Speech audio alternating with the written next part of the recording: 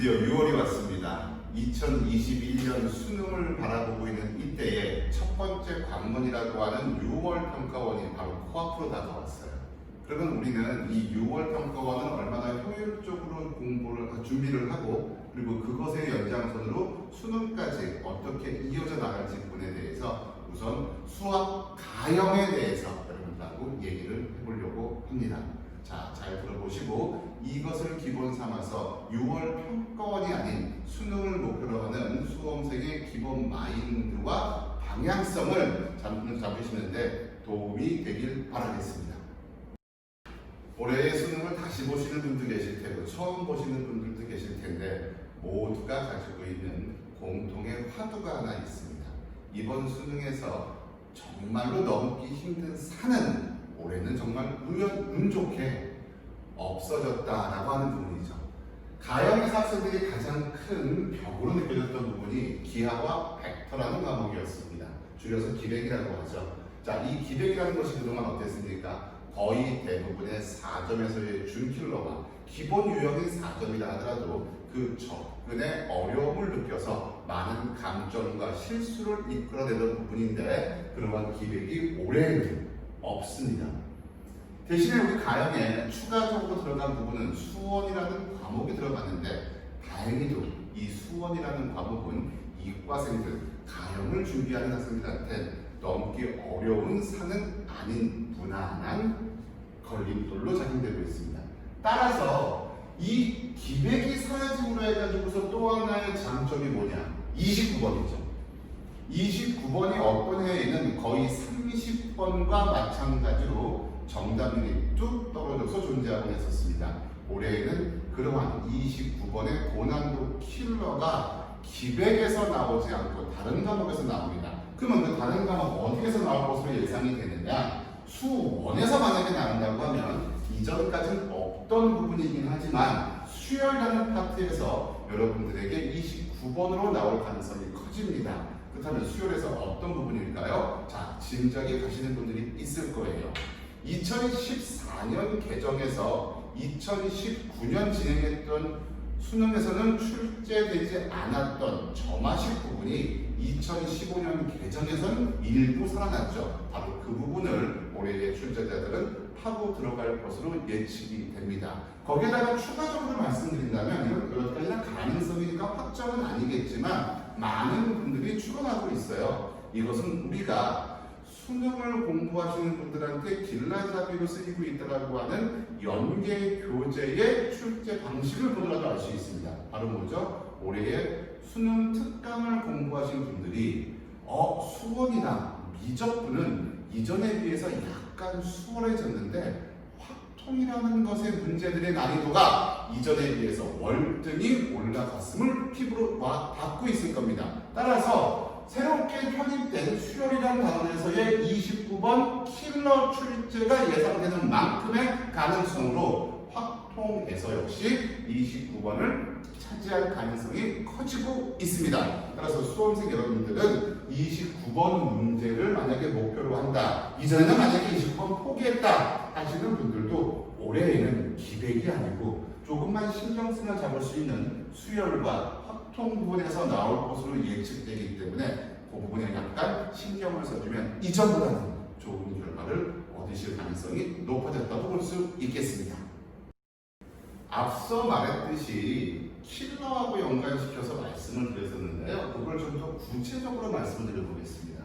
우리 가형에서 나오는 과목이 어떻게 되죠? 미적분과 확통과 수학 1이 나오고 있습니다. 자, 미적분이라는 것은 언제나 우리한테 넘지 못할 또 하나의 벽으로 느끼게 해주는 경우가 많은데요. 다행입니다. 대부분의 분들이 예측을 하시길 올해에는 킬러의 난이도가 떨어질 것이고 따라서 미적분과 연계된 문제도 그동안 나왔던 정형적인 틀에서 크게 벗어나지 않은 출제 범주를 보이고 난이도는 약간 하향될 것으로 예측이 되고 있습니다. 그러면 이 미적분에서 우리가 주의 깊게 봐야 될 것 중에 하나가 무엇이냐? 바로 새롭게 문이과 모두에게 편입되어 있는 과목이죠. 삼각함수 부분에서 추가된 부분 삼각형과 삼각함수입니다. 사인 법칙, 코사인 법칙 등을 말씀드리는 것이고요. 그 녀석이 언제나 출제되던 유형, 도형과 극한의 연관성에서 많이 연계돼가지고 나올 것으로 예측이 됩니다. 이전까지는 단순하게 각 삼각형이나 사각형들을 풀 때 변의 길이를 각도와의 삼각 비값의 곱으로 표현했던 것을 이제는 단순하게 공식화 시켜가지고서 이전의 힌트만으로는 구할 수 없었던 상황도 구하게 되는 그 공식의 묘미를 느끼는 문제로 변형돼서 나올 가능성이 크다는 얘기입니다. 마지막으로 한 번 더 강조하겠습니다. 미적분에서 삼각함수와 삼각형 사이의 관계, 사인 법칙, 코사인 법칙, 코사인 법칙은 제1법칙, 제2법칙 모두 다 포함해서 다시 한번 주의 깊게 바라봐 주시기 바랍니다. 그리고 미적분에서 꼭 나오는 문제들 있죠. 그래프 분석에 관련된 거, 이거는 3점이나 4점이나 킬러나 똑같이 골고루 분포돼서 나오는 유형이기 때문에 미적분의 발생 원인이 그래프와 면적에 대한 관계성 다시 한번 확인해 주시기 바랍니다. 자, 가장 문제는 확통입니다. 올해의 대부분의 수능 연계 교재에서 강조하다시피 확통의 난이도가 훌쩍 올라가는 부분으로 가고 있습니다. 이전에는요, 확통 참 많이 틀렸어요. 근데 많이 틀렸던 이유가 풀 수 있는데 급한 마음에 풀다 보니 하나, 두 개 빼놓고 또는 계산 실수 이렇게 해가지고 틀려서 그런 맞힐 수 있는데 틀렸다는 아쉬움이 많이 있는 과목이었지만 올해는 손도 못 댈 정도로 복잡다단하게 문항이 출제될 가능성이 높은 게 바로 이 확통입니다. 그 중에서 특히 중복조합, 조건 확률이 이전에는 단순하게 유형이 정해져 있는 대로 공식만 대입하면 되는 식의 문제로 나왔던 것이 이제는 표현의 맥락을 좀 뒤바꿔서 이게 그건가? 이걸로 풀어야 되나? 라고 하는 갈등을 겪게 하는 유형으로 여러분들을 괴롭힐 걸로 예측이 됩니다. 거기에다가 독립사건의 개념이 전체적인 큰 틀에서 이해도를 요구하는 문제로 나올 가능성이 커요. 이전에 독립사건 어떻게 나왔었느냐? 그냥 독립사건의 경우에는 곱의 법칙을 이용해서 곱하기 하면 된다. 이렇게 단순한 개념과 공식으로만 나오던 것이 올해는 왜? 한 데서 심도 있게 변화시켜가지고 신유형으로 낼 부분이 별로 없다 보니까 그동안 기본 틀에 맞춰서 나오던 확통에서 변형을 가해서 나올 가능성이 큽니다. 다행히도 통계 부분은 이전보다 조금 수월하게 나올 거예요. 학생들을 괴롭히던 그래요. 모비율이 없어져 버렸기 때문입니다. 자, 마지막으로 수학 1은 앞서도 말씀드렸지만 자연계열 학생한테는 이전에 이미 다 그걸 선수 과목으로 배우고 나가던 부분이기 때문에 무난한 과목이기도 하겠습니다. 그런데 여기서도 역시 뭐죠? 예, 수열의 규칙성과 그리고 그러한 규칙성을 가지고 있는 애들이 표현되는 거, 뭐 그래프하고의 연계점이 미적분만큼이나 중요도 있고 고배점으로 출제될 가능성이 커지고 있습니다. 특히 어디요? 지수, 로그, 함수의 그래프에서요.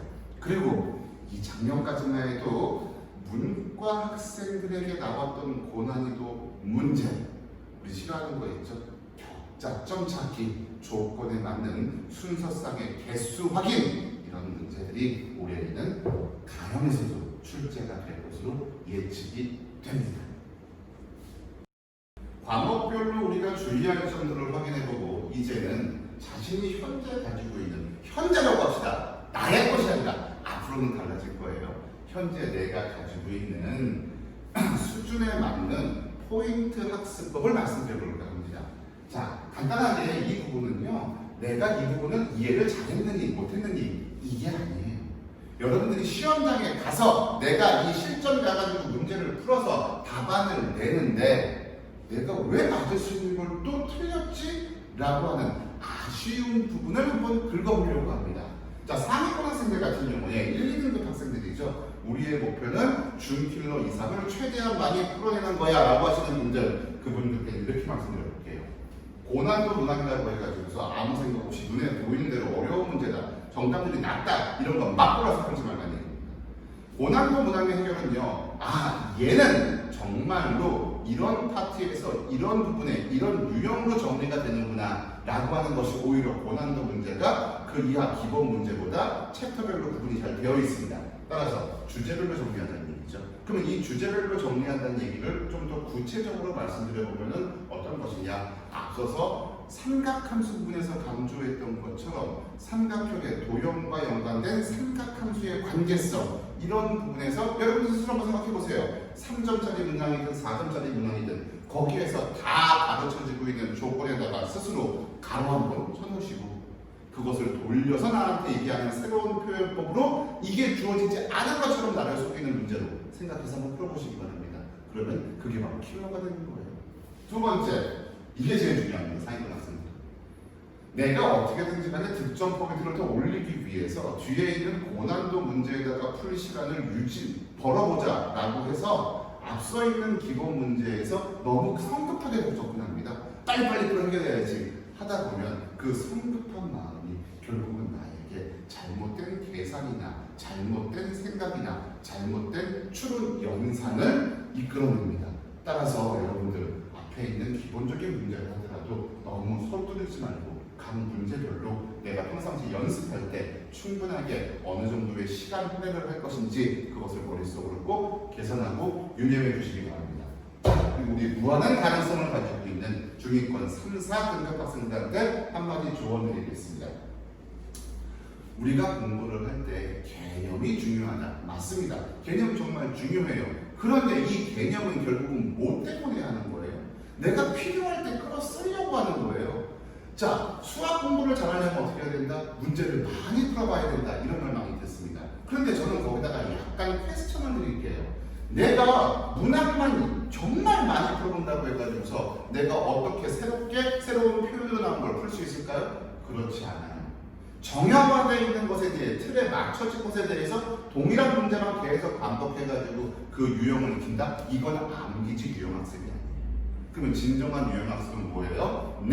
내가 필요할 때 내 머릿속에 들어있는 그 해결을 위한 개념을 도구처럼 쉽게 꺼내 쓸 수 있는 연습이 필요한 거고 그 연습을 위해서 실전처럼 문제를 풀어보라고 한 겁니다.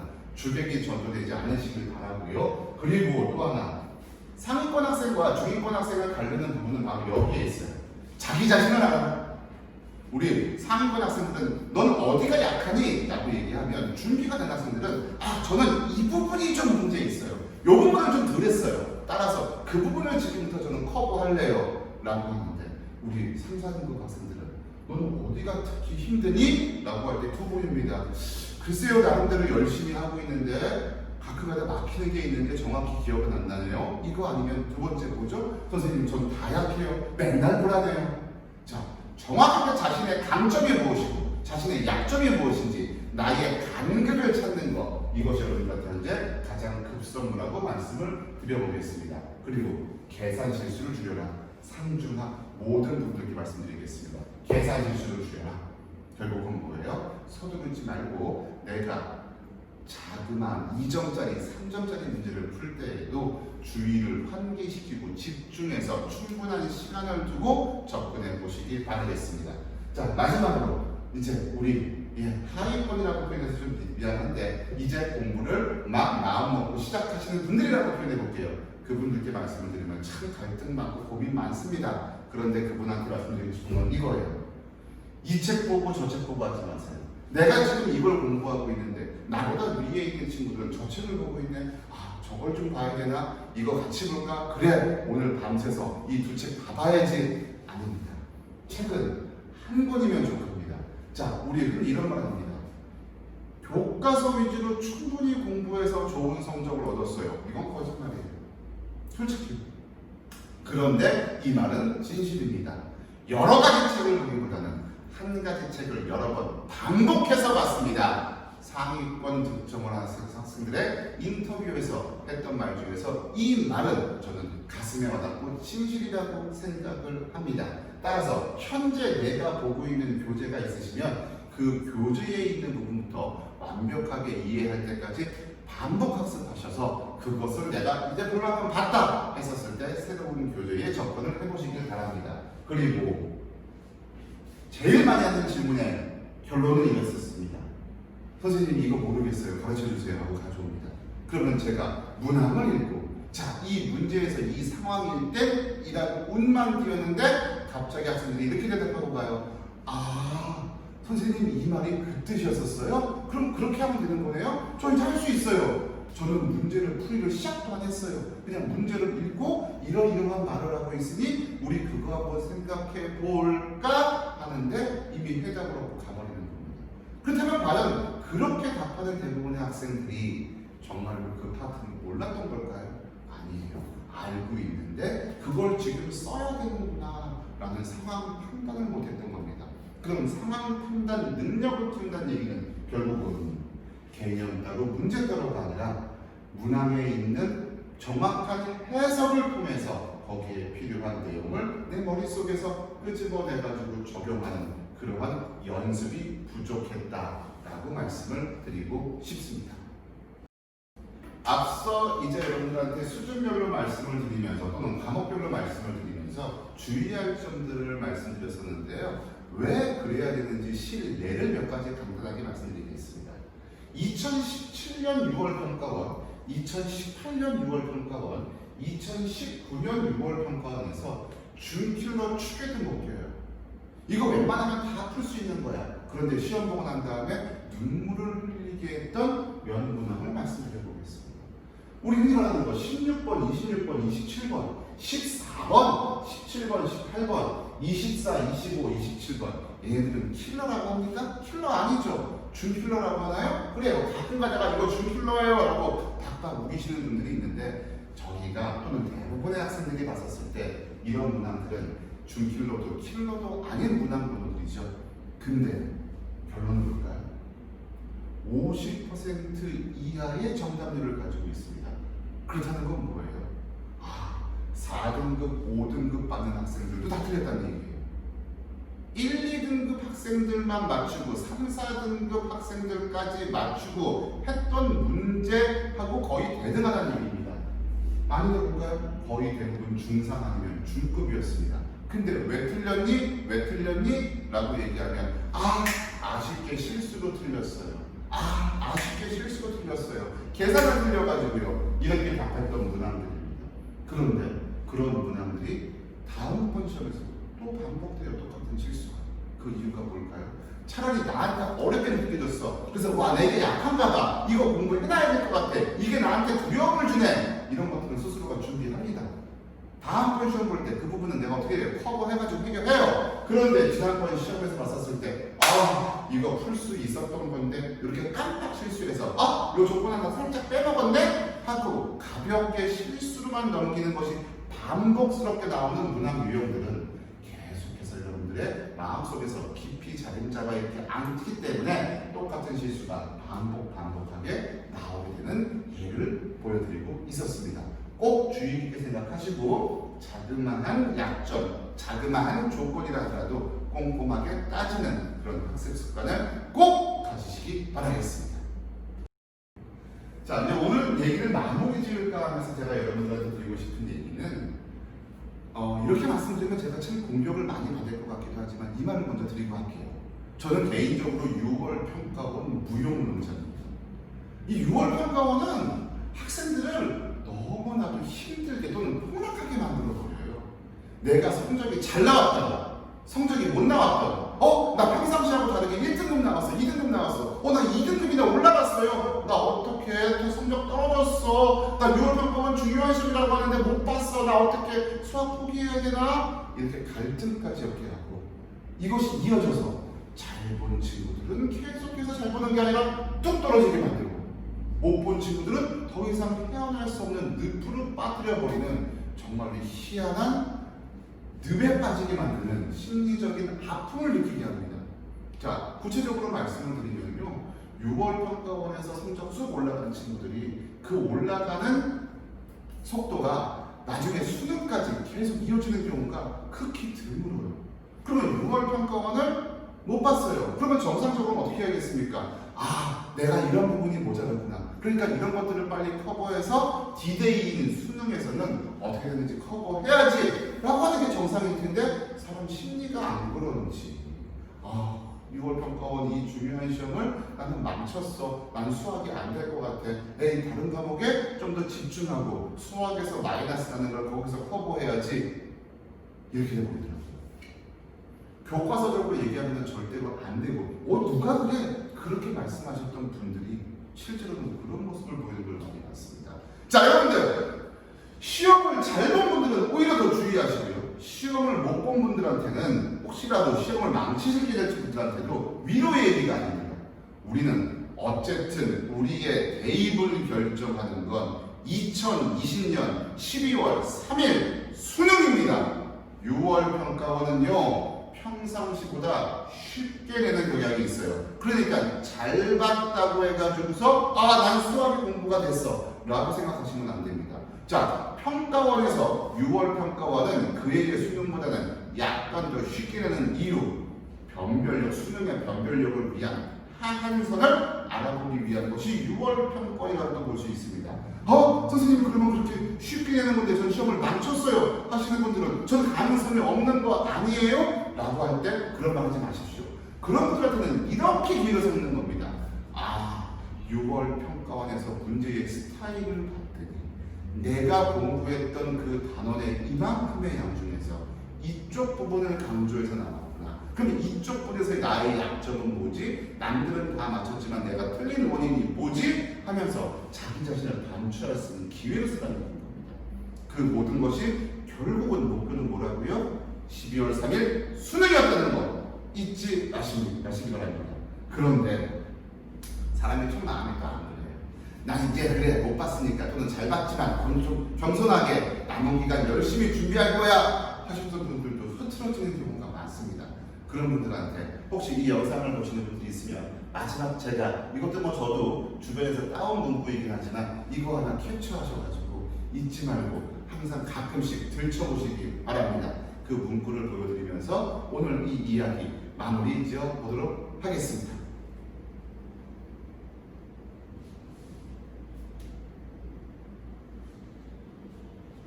언급은 안 하겠습니다. 들어주셔서 감사합니다.